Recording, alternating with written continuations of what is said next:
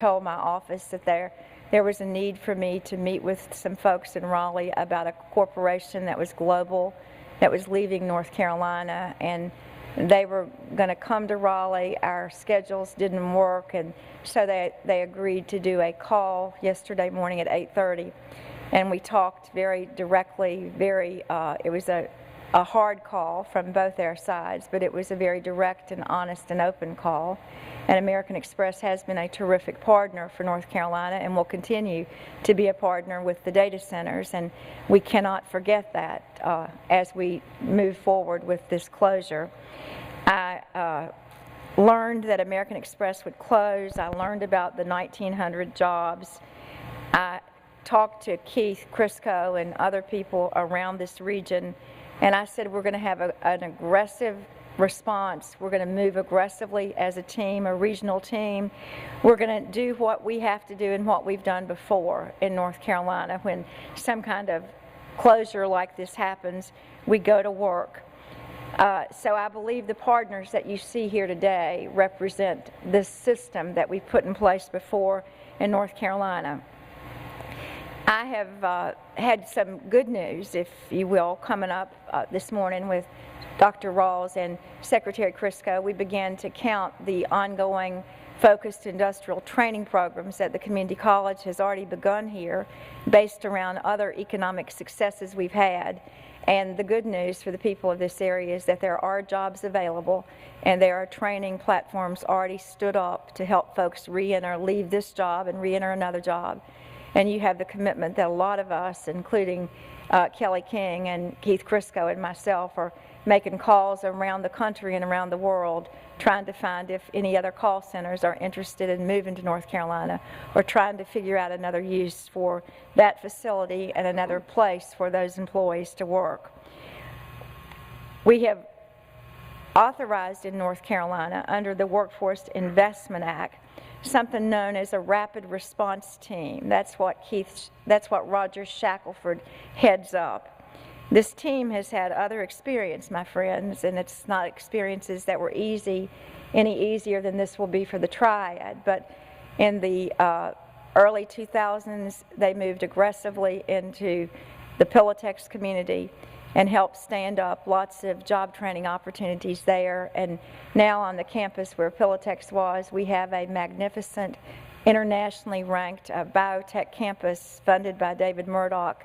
I myself have been in those labs and seen people who used to make the products that Pilatex made now being biotechnicians making twice the salary. So it's a phoenix rising from the ashes there, and I need for the folks to remember that here. There is another day coming. And then obviously, while I was a young governor, not in age-wise, but in tenure-wise, I've never been a young age-wise governor, I'm sorry to say. I had the responsibility with, again, Secretary Crisco and Scott Rawls and other people of standing up a rapid response team when we saw the financial issues with Wachovia, and we saw the displacement of so many core workers there in Wachovia, and eventually the Wells Fargo acquisition.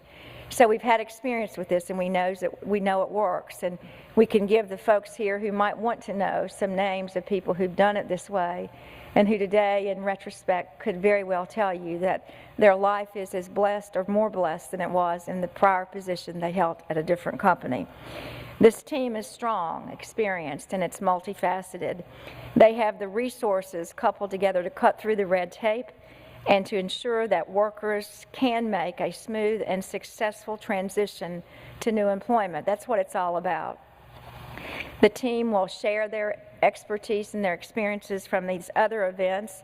There will be job fairs and financial planning workshops and other services that will be stood up here very quickly. In other words, I believe there will be no reason that employees who've lost their jobs yesterday and must have had the hardest night of their professional lives with their families last night, that I can imagine, there's going to be no reason that they don't feel like they can get rehinged and retooled for a different kind of job set.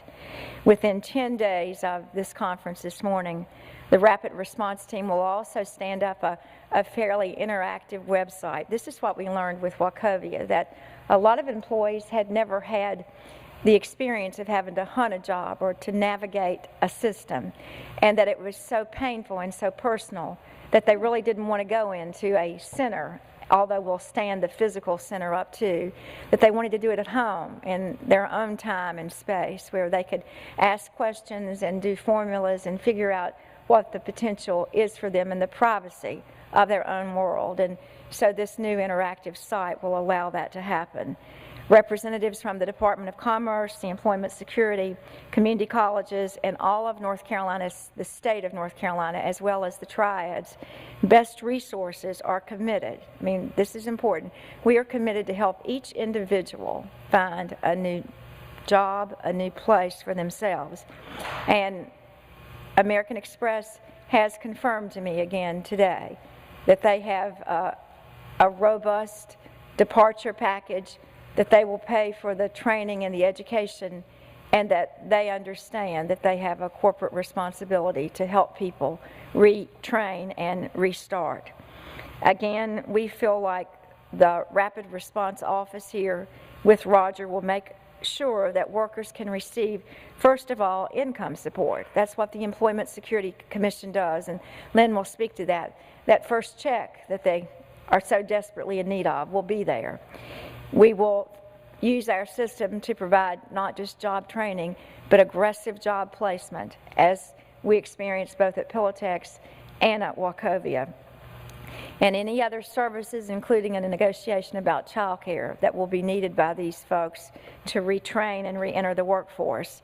Lynn Holmes is here, and I look forward to hearing from her, and Kelly King will speak about the Triad Partnership, and the community colleges. Both Dawn Cameron and Gary Green have assured me that they are focused and ready to go to work.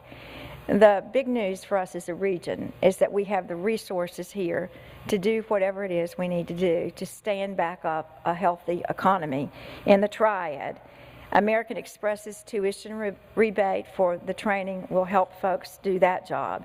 You know, the company, I've read a lot about the company. I can't tell you that I didn't go straight to my computer yesterday and read about the legacy and the history of the company here in the Triad. 25 years, a tremendously philanthropic company with ties to every organization and every entity that has helped make this Triad so successful. And that really was troubling.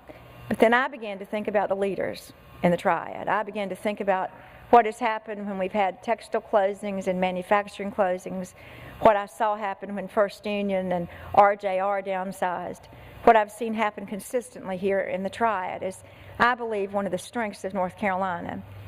Early on, during this globalization of the economy, your leaders, both elected and business and social and educational, came together to chart a new course for the Triad. It wasn't for Guilford County, it wasn't for Winston or any of the smaller counties around this area, it was for this region.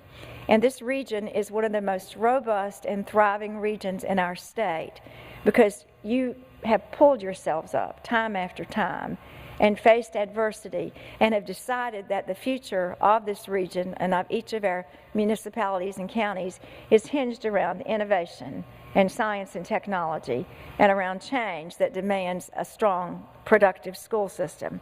And so as we labor through these first 10 days, never regret and never hesitate to think that there are not better days coming for the Triad and for North Carolina.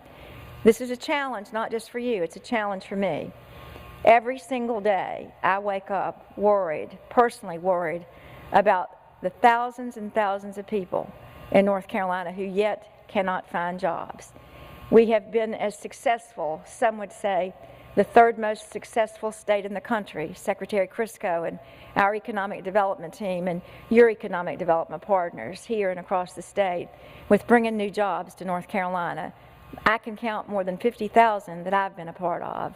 And your other business entities, the Triad Partnership has done the same thing, separate and apart from the state and the incentives that we put together. We will have a small business budget announcement where we are going to undergird the standing up of small business expansion in North Carolina, which will, I think, have tremendous import for the Triad and for all of North Carolina. I want you to think about the big announcements that we've made. The day we came to LabCorp and talked about all of the new employees that would be hired there, and you had the president standing up and saying that he would pay for the community college education for any person who would sign a contract to work for LabCorp. The day we brought Caterpillar to the area, and they gave us the big bulldozers and the trucks and talked to us about the job security and the benefits and the wages and the fact that they will continue to hire for a couple of years. Or how about Pepsi just 6 weeks ago, as they have opened up a new platform here in North Carolina and in the Triad. So the bad news is bad. I'm not one to shy away from bad news. It's a hard time for all of us. But the good news is good. And we've had lots of good news in North Carolina. And the sense that I take away from all that is that the resources of our people and the audacious capacity of our people to reinvent themselves and to face adversity and to find a better job is what builds North Carolina and what makes us successful and what it will get us through this time. So we're here to roll up our sleeves. All of you have a personal number to get to me at the mansion. You have how to get to Secretary Crisco or any of this team. If there's anything that can be done that isn't happening, I urge you to tell us quickly, because this is an aggressive opportunity that we are embarking on. Thank you.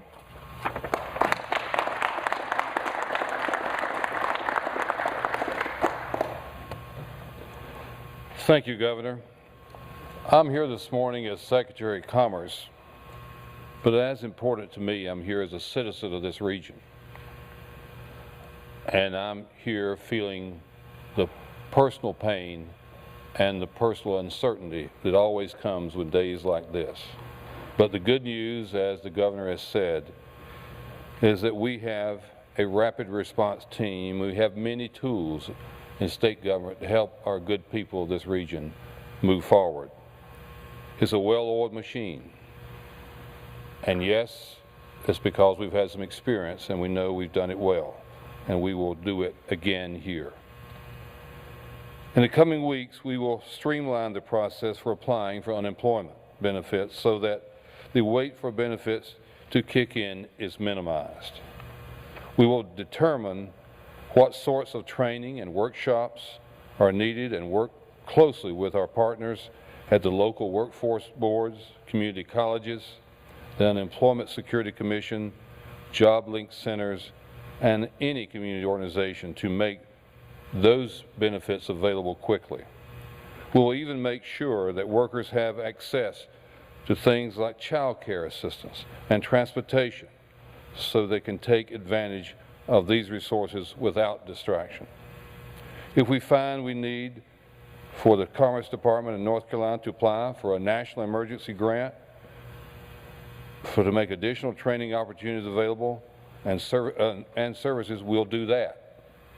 All these things are short-term fixes that will get us through the coming months. Know that at the same time, we will keep our eyes on the horizon. We will continue, and I pledge that to you very earnestly, a long-term effort to recover what we've lost. We are already calling, as the Governor mentioned, other centers in this country to see if they'd like to come here. We're also already calling other centers in North Carolina who might be hiring people, and we have some good news on that. So yes, we're aggressive. I think we've been aggressive, and as they say, you ain't seen nothing yet. We'll do everything in our power to put these good workers back to work. And if we say nothing else today, and if you remember nothing else of all the people today saying words in these times, is that we care. North Carolina, state government, Department of Commerce cares about these people. Yes, as Keith Crisco, a citizen of this region, I particularly care, and you will see even more of this bald-headed man in this region. Thank you.